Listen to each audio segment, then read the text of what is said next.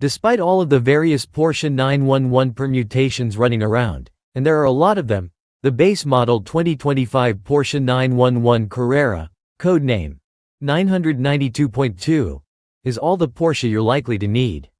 It has plenty of speed and loads of refinement in the most affordable 911 package Porsche offers. The engine in the base 911 Carrera is a 3.0-liter flat 6 with twin turbochargers. The capital T turbo moniker has long since morphed from merely indicating the presence of turbocharging, instead becoming synonymous for bloody fast, thus the application of the badge to the Taycan Turbo and the Macan Turbo Electric. For 2025, the 992.2 generation of the 911 Carrera utilizes the larger turbochargers of the previous Gen 911 GTS. With the turbine wheels upsized from 45 to 48 mm and the compressor wheels jacked up from 49 to 55 mm. It also uses the larger intercooler from the Porsche 911 Turbo. You don't see any of this from the outside. But the new 2025 911 Carrera base engine now makes 388 horsepower instead of last year's 379. If that doesn't sound like a lot to you, then you need to school yourself at the track. When you do, the run to 60 miles per hour takes just 3.1 seconds. Keep your foot in it. And 100 miles per hour comes in 7.8 seconds on the way to a quarter mile. That's history in 11.4 seconds at 121 miles per hour. These numbers are all a tenth better than the 379 HP 2020 edition we tested, which is identical to the outgoing 2024 model. The advantage grows the faster you go, with 130 miles per hour coming in 13.5 seconds, 0.5 seconds sooner, and 150 miles per hour arriving in just 19.6 seconds, 0.9 seconds quicker. This machine has top end for days. In other words, it's a base car, but these are hardly base car numbers. It's worth noting that all of this was measured on California's sorry-ass 91-octane gasoline. The prior car's numbers were made with the Midwest's 93-octane juice. Back it down to sane speeds in sport mode, and you have all the power and responsiveness you need to win the cut and thrust of daily driving. You can rip around with the optional sport exhaust system, $2,960, engaged, which no longer pops like a juvenile delinquent.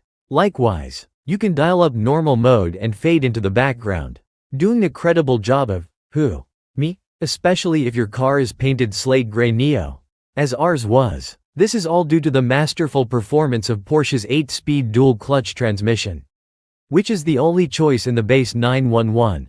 If you want a manual, you must step up to the 911 Carrera T and pay $13,900 more.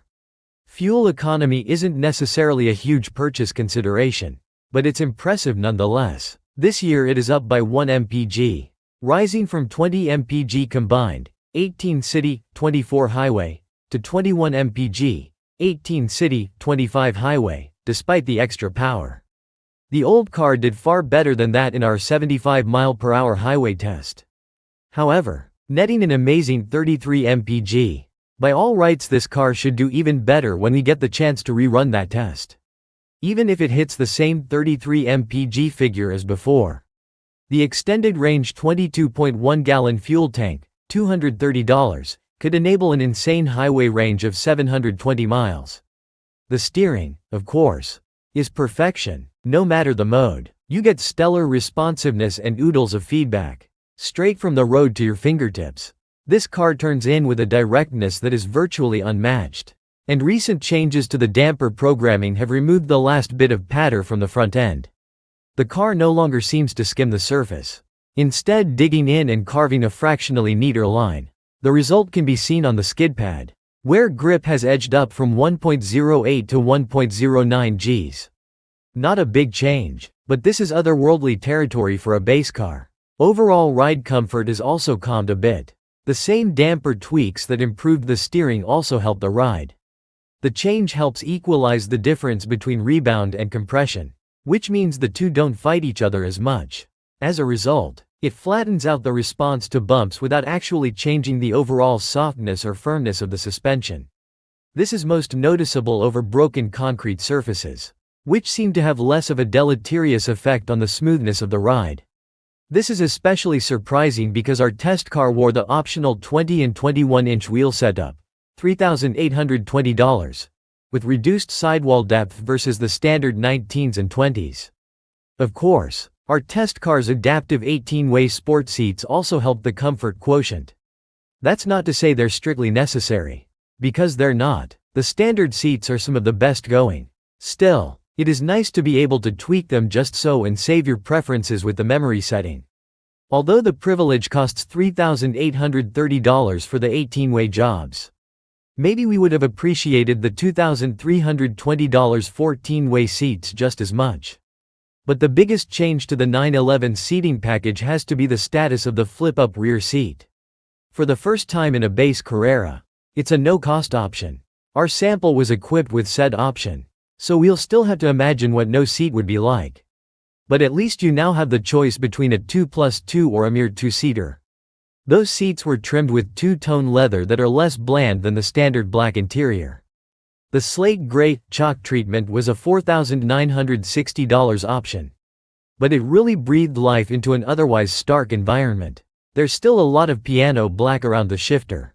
But now Porsche has sculpted the area to make it look less like something's missing. We're happy that the HVAC controls haven't changed from the 992.1 because, well, they really work. The biggest change to the interior is the deletion of the fixed central mechanical tachometer. Pour one out for this former feature.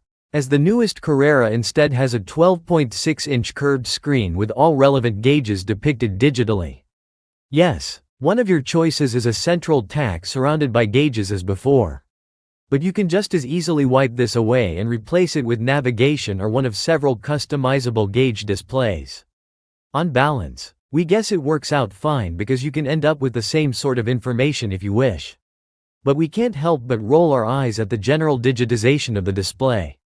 One of the things to watch out for is the base price, which has edged up to $122.095. For reference, the base price of a 992.1 was $116.050 last year and just $98.750 when it came out for 2020. With more than $26 in options, including those mentioned above. Plus $2,400 for the Sport Chrono package and $5,240 for the Premium package. Our test car came in at $148.515. That seems like a big ask.